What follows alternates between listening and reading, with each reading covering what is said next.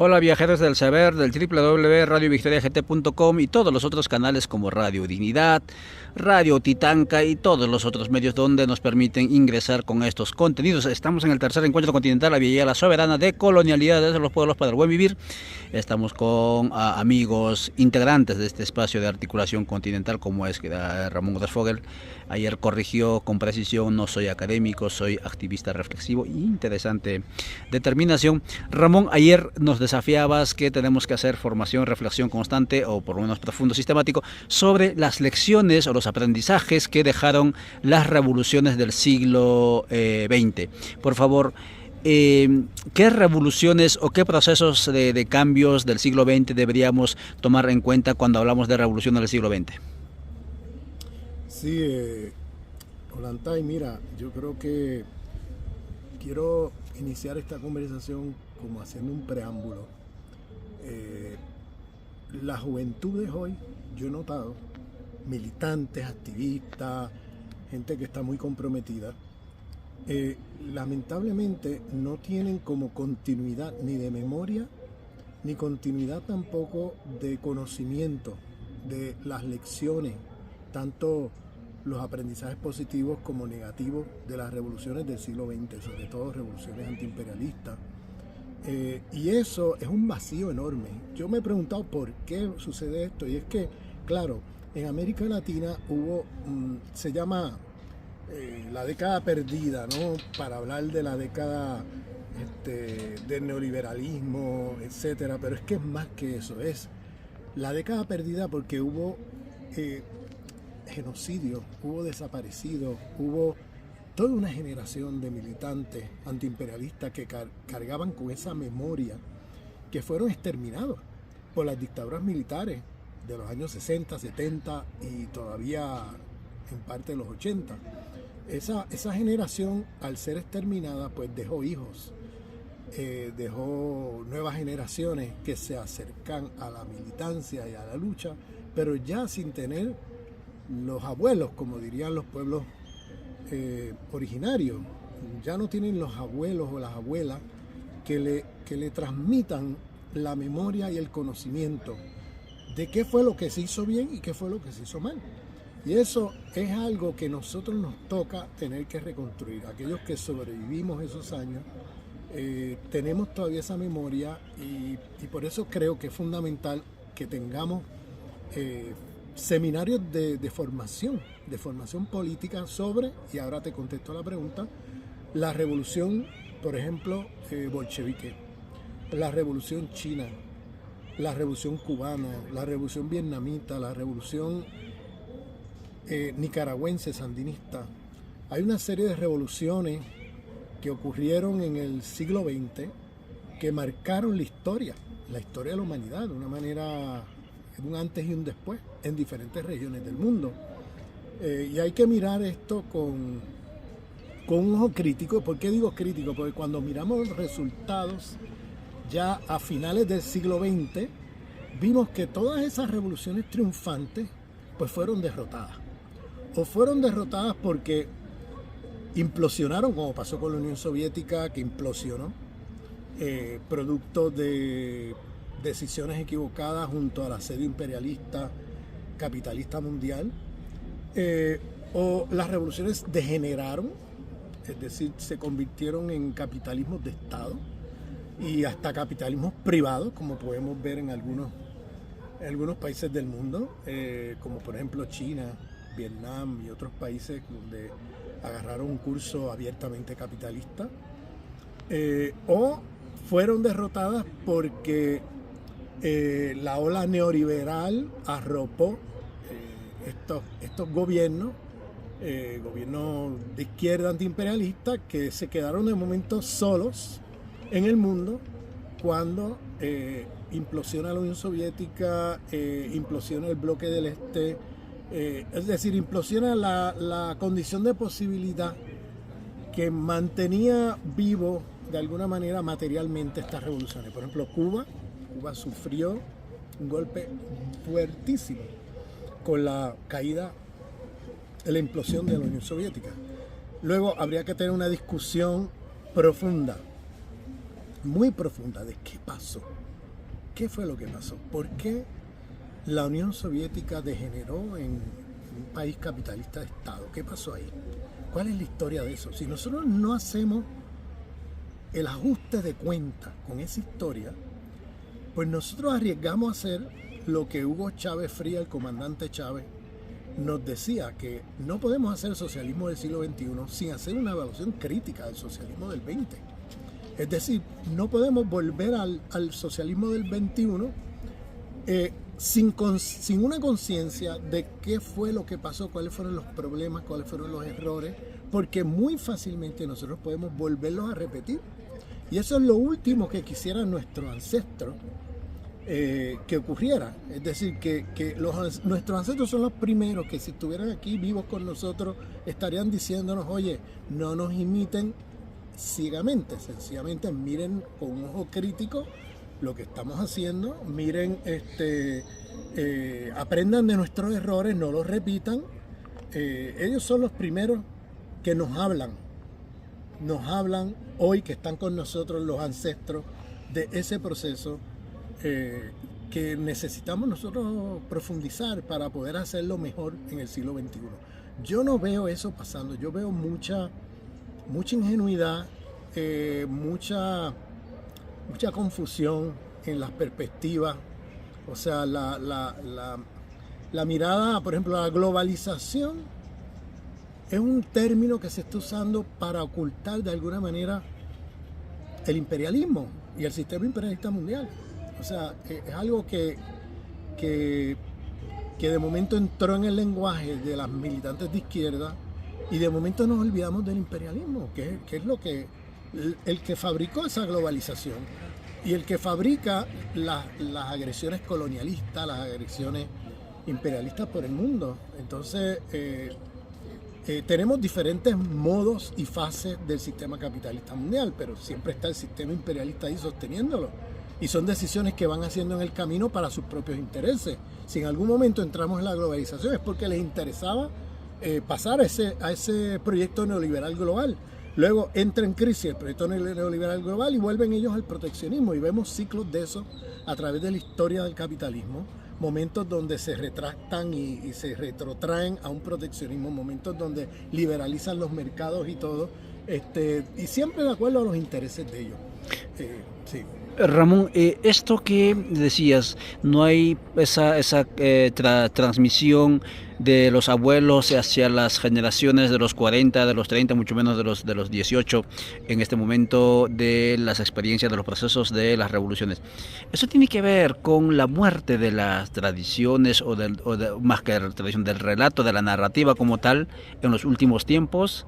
Es decir, no hay una secuencialidad, sino simplemente pareciera que los sucesos y los hechos se toman como muy aislados, ¿no?, muy atomizados, y por lo tanto no se ve una perspectiva ni del pasado ni del futuro con proyección así integral. Sí, eso también es un problema metodológico. Cuando estamos mirando cada país, los militantes miran cada país sui generis dentro de sí mismo, y no están mirando el proceso global en el cual estamos insertados como países. Esas fronteras que nos han puesto también son fronteras mentales. Es decir, nos hacen no ver más allá de esa frontera, y ahí perdemos de vista procesos a escala planetaria que están constituyéndonos a todos de alguna manera.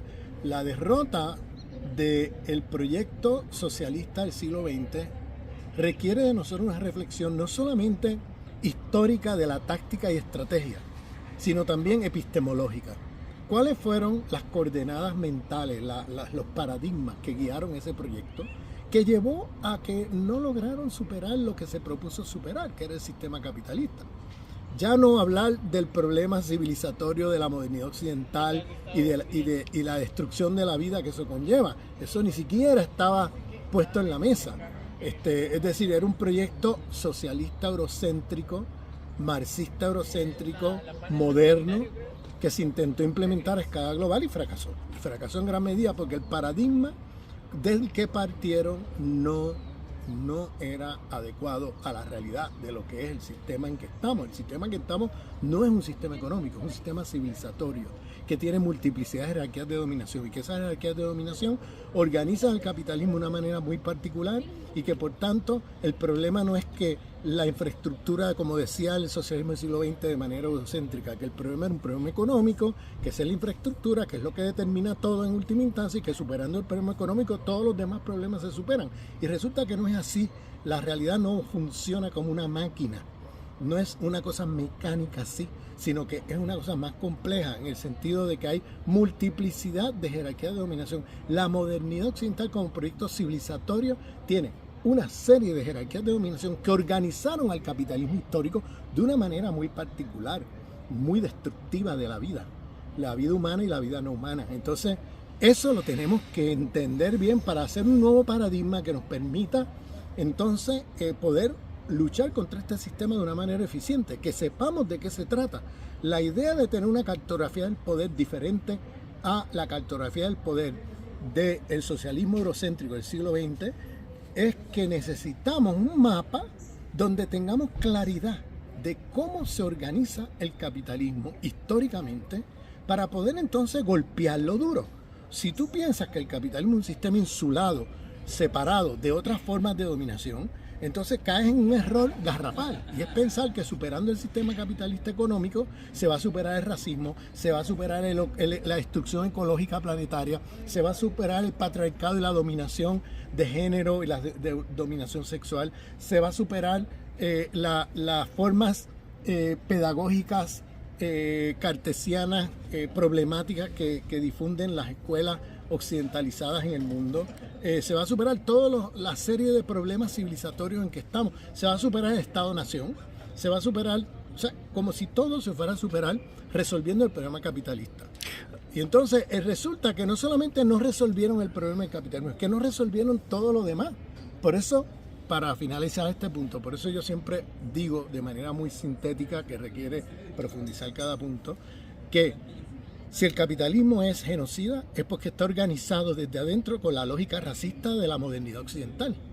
Si el capitalismo es feminicida, es porque está organizado desde adentro mismo, no como superestructura, no como derivado, desde adentro mismo organiza el capitalismo con la lógica moderna del sistema civilizatorio moderno, que es el patriarcado de la cristiandad. Si el capitalismo es ecologicida, es porque está organizado con la cosmovisión dualista cartesiana de la civilización moderna occidental. Si el capitalismo es comunitaricida, es porque está organizado con la lógica liberal moderna del individuo atomizado, que piensa a los individuos como si fueran átomos aislados unos de otros. Si el capitalismo es un sistema epistemicida, es porque está organizado con la lógica moderna de la privilegio y la superioridad, entre comillas, del eurocentrismo como forma de producción de conocimiento.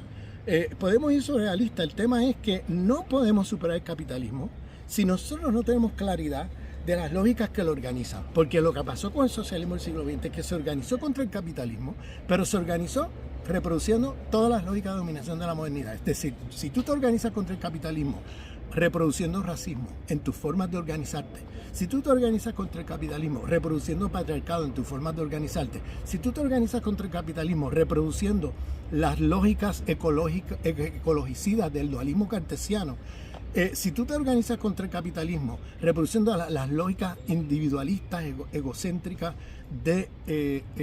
destructivas de la comunidad, si tú te organizas contra el capitalismo reproduciendo las lógicas del patriarcado de la cristiandad, no solamente no vas a resolver esas lógicas de dominación, es que no vas a resolver ni siquiera el capitalismo, porque vas a reproducir precisamente las lógicas que organizan el capitalismo. Y si tú reproduces las lógicas que lo organizan, vas a reproducir el mismo sistema contra el cual estás luchando. Vas a reproducir todas las lógicas de dominación que reproducen y producen ese sistema, desde tu propia forma de organizarte y luchar contra él. Entonces no vas a poder ser efectivo en la destrucción de ese sistema. Y eso pasó con ese paradigma, fue el que guió a eso de superestructura e infraestructura, la economía como la determinación en última instancia, el problema definido como un problema puramente económico y perdiendo de vista todo el proyecto civilizatorio que organiza el capitalismo. ¿Qué pasó? Pues terminamos con capitalismos de Estado. Terminamos con países que hicieron revoluciones triunfantes, pero terminaron reproduciendo todos los problemas contra los cuales estaban luchando. Ramón Grossfogel en el www.radiovictoriagt.com dice: las lógicas que organizan los sistemas de dominación, lamentablemente en las revoluciones del siglo XX y en los presentes también se están reproduciendo, y por lo tanto no va a haber mayor cambio. Ramón, ¿qué es lo que falló allí? Falló la capacidad de comprensión de la realidad de la dominación, o las diferentes jerarquías de dominación que indicas, por parte de los que idearon o intentaron analizar y proyectar cambios revolucionarios. Faltó voluntad política de los que accedieron a los espacios de poder y se acomodaron y no quisieron hacer estos cambios. ¿Qué fue lo que ocurrió? Yo creo que hay un problema profundamente epistemológico. Me explico. El paradigma del socialismo del siglo XX se construyó sobre la experiencia de lo que los europeos vivieron. De ahí nace la teoría crítica europea. Es decir, ¿qué vivieron los europeos?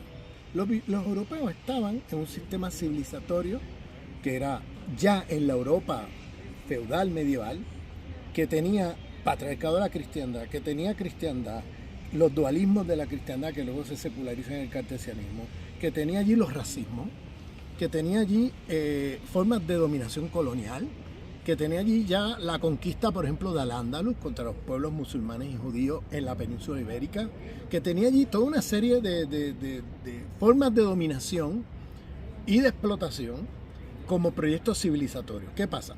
Cuando Europa se expande, en la expansión colonial europea, se traen su sistema civilizatorio con ellos. Entonces, si tú ves Europa saliendo, si tú miras el mundo desde Europa saliendo, o sea, si tú miras el mundo montado en los barcos de Colón, llegando a las Américas, lo único nuevo que se te aparece es una lógica, es la formación del sistema del mercado capitalista mundial. Lo único nuevo, porque desde el punto de vista europeo, el sistema civilizatorio ya estaba allí, porque estaba en la historia local europea. Pero que el hecho que esté en la historia local europea no quiere decir que sea historia mundial, no quiere decir que esté en otro lado. Entonces, esas formas de dominación que he nombrado aquí, ecologicidas, patriarcales, racistas, colonialistas, toda esa lista de cosas, estaba ya allí en Europa, antes de que ellos se montaran en los barcos. Entonces, cuando ellos llegan con los barcos, lo único nuevo que se le aparece a ellos en ese proyecto de la expansión colonial a partir de 1492 es un mercado, un sistema capitalista mundial, porque ellos destruyen las civilizaciones que se encuentran y ponen a los pueblos a trabajar de manera forzada para ellos, para vender mercancías por una ganancia del mercado mundial. Eso empieza ahí la lógica del mercado capitalista mundial, que es la producción para hacer ganancia, usando a nuestros pueblos como esclavos, como formas coercitivas de trabajo, etc. Bien, ¿qué pasa? El paradigma entonces de la izquierda que piensa el mundo desde Europa expandiéndose, desde Europa saliendo en los barcos, es un paradigma que está limitado, porque está mirando el mundo como si lo único nuevo que hubiera surgido fuera eso, y que por tanto, como eso es lo único nuevo, pues ellos asumen y presuponen que el problema del mundo es el sistema capitalista. Y ya, y lo dejan ahí. ¿Qué pasa si vemos a Europa llegando? Es decir, si lo vemos desde las orillas y vemos los barcos llegar. Ahí se cambia la mirada, porque nos damos cuenta que lo que llegó no fue un sistema económico, única y exclusivamente. Llegaron una multiplicidad de jerarquías de dominación que forman un proyecto civilizatorio de muerte. Llegaron estructuras racistas, llegaron estructuras patriarcales de la cristiandad, llegó la cristiandad, llegó las formas ecologicidas de destrucción de la vida en los procesos productivos. Llegaron un montón de jerarquías destructivas de la vida que llegaron con los barcos. Y si tú ves el mundo con los barcos llegando, te cambia la episteme, porque ahora ya no puedes pensar que lo único que pasó fue surgir el sistema capitalista, sino que ahora si lo ves con los barcos llegando y tú no lo ves desde los barcos saliendo, Tú no estás saliendo de los barcos, tú estás en la orilla mirando los barcos llegar. Entonces tú alcanzas a ver un proyecto civilizatorio, un proyecto que el capitalismo desde su primer día está ya imbricado con todas estas lógicas civilizatorias de muerte de la modernidad occidental. Y esa es la relación entre modernidad y capitalismo que el paradigma del socialismo del siglo XX eurocéntrico perdió de vista, con consecuencias no solamente teóricas, sino políticas enormes. Porque ya tienes que plantearte que no vas a poder acabar con ese sistema si no asumes en tu forma de organizarte y en tu forma de concepción de la lucha la superación de esa multiplicidad de jerarquías de la modernidad occidental. Ramón, entonces, dentro de lo que es, por decir un término, el paradigma de la modernidad, o en sus expresiones como pueden ser Estado-nación, etcétera, ¿no se podría hablar entonces de revoluciones? Bueno, de lo que pasó en el siglo XX, ¿tú te refieres? Sí. Pues mira... O en la actualidad también. Bueno, podríamos decir que fueron revoluciones porque hubo la voluntad, la subjetividad de tratar de transformar el mundo. Entonces, derrocaron regímenes que estaban allí y que lograron de alguna manera pasar a intentar hacer el cambio. O sea, por eso yo no quitaría la palabra, podemos decir intentos revolucionarios, intentos de transformación. Bien, ahora, fracasa cuando no nos damos cuenta que el problema no es un problema económico, que es un problema civilizatorio y que tenemos que dar cuenta de todas esas jerarquías de dominación. Hay una que no la he mencionado mucho en esta conversación, que es la jerarquía estatal global y su forma por excelencia de Estado-nación. Tenemos que movernos hacia estados plurinacionales, no podemos hacer revolución con Estado-nación. Un Estado que presupone la representación y la identidad, ¿no?, de ese Estado que corresponde uno a uno con la población. Eso es una ficción, eso no existe en ningún lado y crea más problemas que soluciones, crea exclusiones, crea dominación racial, crea explotación, crea problemas. Por eso nuestros pueblos han planteado los estados plurinacionales. Hicimos revoluciones reproduciendo el Estado-nación. Hicimos revoluciones reproduciendo las lógicas racistas. Hicimos revoluciones reproduciendo el eurocentrismo, pero de izquierda. El eurocentrismo, pero de izquierda, ¿no? Pero todavía eurocéntrico. Hicimos revoluciones reproduciendo el ecologicidio del dualismo cartesiano en la forma de producción de tecnología y de relación con la naturaleza. Seguimos mirando la naturaleza como objeto y no como sujeto que piensa, que produce vida, o sea, seguimos mirando los humanos como si estuviéramos fuera de la naturaleza. O sea, seguimos con toda una serie de concepciones. Seguimos reproduciendo el patriarcado de la cristiandad, donde excluimos a la mitad de la humanidad, a las mujeres. Seguimos reproduciendo, esas revoluciones reprodujeron todos los problemas que te puedas imaginar que arrastramos de la modernidad occidental como proyecto civilizatorio, porque pensábamos que el problema era un problema económico y que resolviendo lo económico estos otros problemas iban a desaparecer, porque esos problemas no los veíamos como un proyecto civilizatorio, sino como superestructuras, como ideologías que nacían del propio sistema capitalista, y en realidad no fue así.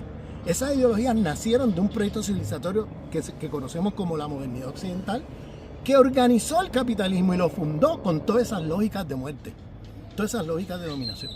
Entonces, el problema entonces es que necesitamos un nuevo paradigma revolucionario que dé cuenta de todo esto y que haga entonces un proyecto con estrategias y formas de lucha que en su propio proceso, o sea, los medios definen los fines.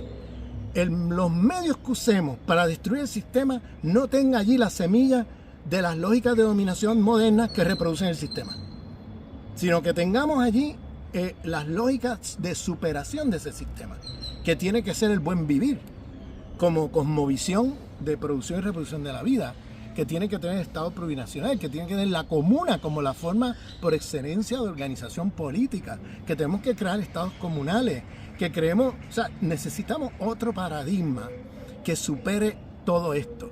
O sea, aquí estoy como comprimiendo mucho y condensando muchas cosas que requerirían realmente, cada una de estas cosas que estamos discutiendo, todo un seminario para evaluar y ir sobre la historia, por ejemplo, la Revolución Rusa, la Revolución China, la Revolución Cubana, la Revolución Nicaragüense, la Vietnamita, la Revolución Argelina, las revoluciones en diferentes lugares del mundo. O sea, que nos permitan entonces ir sobre la historia y ver qué pasó, cómo ese paradigma que estamos criticando se reflejó allí en esas luchas y qué pasó, qué consecuencias tuvo. Porque la tesis que voy a manejar es que la consecuencia que tuvo fue que esos procesos revolucionarios terminaron de alguna manera con el termidor, o sea, el termidor, con procesos que terminaron en procesos contrarrevolucionarios al interior de la propia revolución, porque vimos nuevamente cómo esos gobiernos se convirtieron en gobiernos estatistas, anticomunitarios, ecologicidas, en gobiernos que terminaron creando capitalismos de Estado, con una burguesía burocrática de Estado en el poder.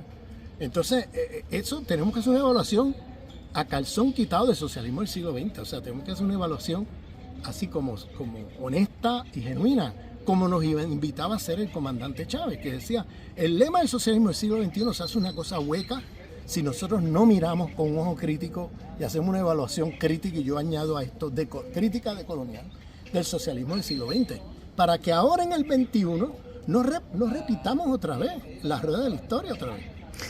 Ramón Grosfoguel conversando con www.radiohistoriagt.com sobre los aprendizajes, las lecciones que nos dejan las revoluciones del siglo XX, y nos deja, bien dicho, en este espacio que no se puede hacer revolución, o no son revoluciones esencialmente hablando, aquellos que no se han planteado superar los horizontes civilizatorios de la modernidad.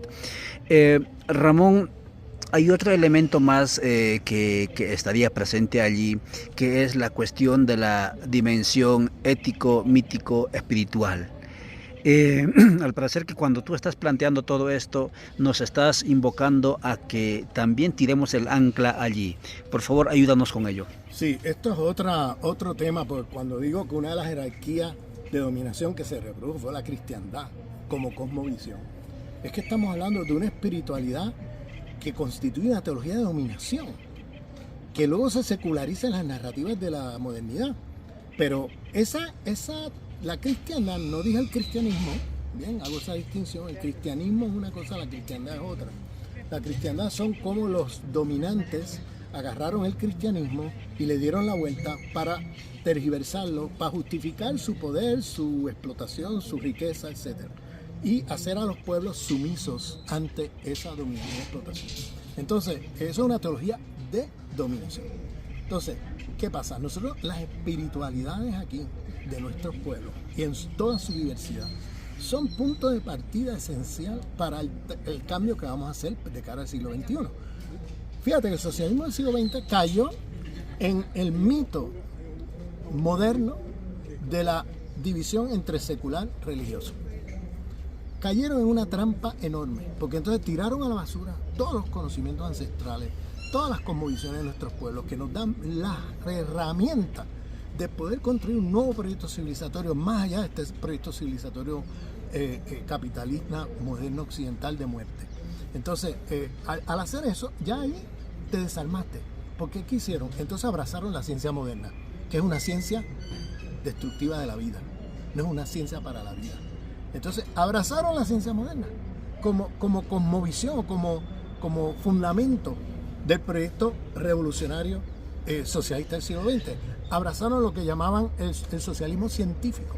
¿Pero qué era el socialismo científico? Era la ciencia moderna fusionada con el proyecto socialista, que no era otra cosa que la producción nuevamente de capitalismo de Estado. Lo que llamamos socialismo es capitalismo de Estado. Y tenemos que reconocer eso si queremos partir en el siglo XXI para construir algo diferente. Aquí faltan otros temas que son fundamentales, que es la táctica, la estrategia, cómo se constituye un frente amplio antiimperialista, que de ahí sí podemos aprender mucho, porque hay experiencias positivas ahí. Cómo construir un frente antiimperialista, cómo se diferencia un frente antiimperialista y una lucha antiimperialista de una revolución socialista. Cómo revoluciones antiimperialistas desembocaron en socialistas luego. O sea, hay una serie de experiencias también que sería bueno evaluar, ¿no? Positivamente, porque por ejemplo, si algo tenían claro los movimientos antiimperialistas del siglo XX era el reconocimiento de que todo frente antiimperialista tiene que ser pluriclasista, tiene que ser plurinacional, tiene que ser tiene que tener allí la diversidad epistémica. Esto lo añado como algo nuevo que no estaba allí. Esto último de la pluralidad epistémica, la diversidad epistémica, pero tiene que tener también un horizonte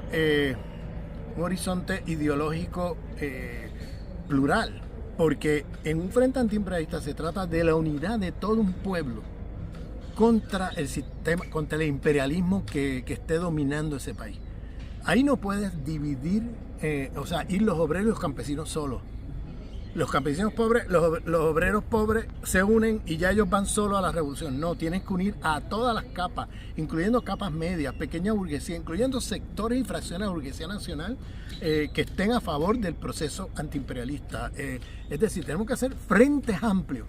Ese conocimiento, por ejemplo, yo veo que se ha perdido. O sea, hay gente que cuando tú le dices, bueno, hagamos una revolución, de jóvenes, ¿no?, que tienen todo el deseo de hacer revolución, pues no creen mucho en la organización política, no creen mucho en tomar el Estado, en asaltar el Estado, en ocuparlo, vamos a ponerlo así, como medio necesario para poder construir algo nuevo.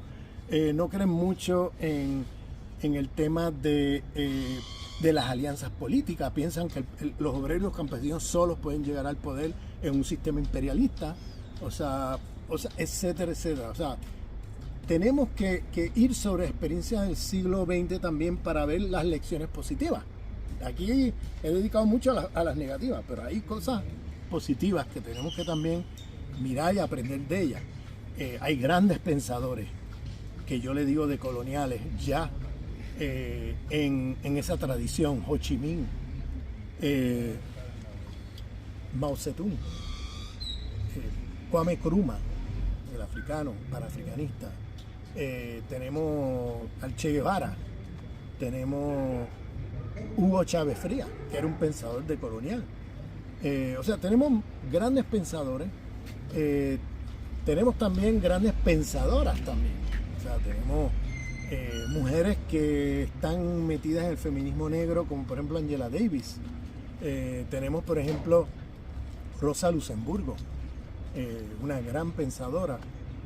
Todos estos autores, siempre, no estoy diciendo que vamos a coincidir en todo, o sea, hay que también entenderlos dentro del contexto histórico y ver qué cosas hoy nosotros podemos aportar o añadir que ellos no tenían claras. Por ejemplo, el problema ecológico, el problema civilizatorio no estaba tan claro en algunos, en otros sí. Por ejemplo, cuando tú miras la tradición del marxismo negro, estaba muy claro el tema civilizatorio en gran parte de los autores del marxismo negro. Tú lees MSC, su manifiesto decolonial, que yo le llamo el discurso sobre el colonialismo, y ahí ves claramente que desde la primera línea hasta la última está hablando de una civilización, que no está hablando meramente de un sistema económico. Entonces, aquí hay mucha tela para cortar, y por eso estoy aquí en plena disposición de que en algún momento hagamos un seminario de formación de cuadros. Eso quería que hablamos, un proceso de formación para aprender las lecciones de las revoluciones, por qué fracasaron o qué fueron las lecciones del siglo XX. Ramón, retomando el tema y para ir cerrando, la cuestión de lo ético mítico o de la dimensión de la mística necesariamente nos lleva a la cuestión de la esperanza, donde centramos, digamos, la utopía o ese sueño que nos mueve, ¿no?, sin moverse, o no sé si se mueve, pero por lo menos nos mueve, nos moviliza. En estos nuevos procesos de cambios, las revoluciones que llamamos, ¿dónde tendría? Obviamente, acabas de decirlo, tienen que estar incorporado la dimensión ética, la espiritualidad, etcétera. No puede ser, porque claro, si lo seguimos separando, va a seguir siendo modernidad, ¿no? ¿Dónde tendría que estar centrada la utopía, el sueño de la esperanza? Y sobre todo para seguir avanzando, muy a pesar de que veamos el camino empedrado de derrotas, pero igual, ¿dónde tendríamos que centrar la esperanza? Pues mira, no podemos avanzar sin invocar, consultar y estar acompañados por nuestros ancestros. O sea, nosotros tenemos que volver a retomar las espiritualidades de nuestros pueblos para armarnos de valor, armarnos de fortaleza para enfrentar este sistema tan brutal. ¿Cómo tú crees que se está dando el eje de la resistencia ante una violencia tan brutal como la que tiene el imperialismo y los sionistas en el Medio Oriente hoy. Toda esa gente están muy metidos en su espiritualidad, ¿no? En este caso es una espiritualidad islámica. ¿Cómo tú crees que los pueblos han resistido en nuestro continente, los pueblos originarios, con su espiritualidad? Que son espiritualidades de nuestros pueblos, ¿no? Diversas, pero muy potentes. Entonces, ¿cómo tú crees que los pueblos africanos han podido resistir?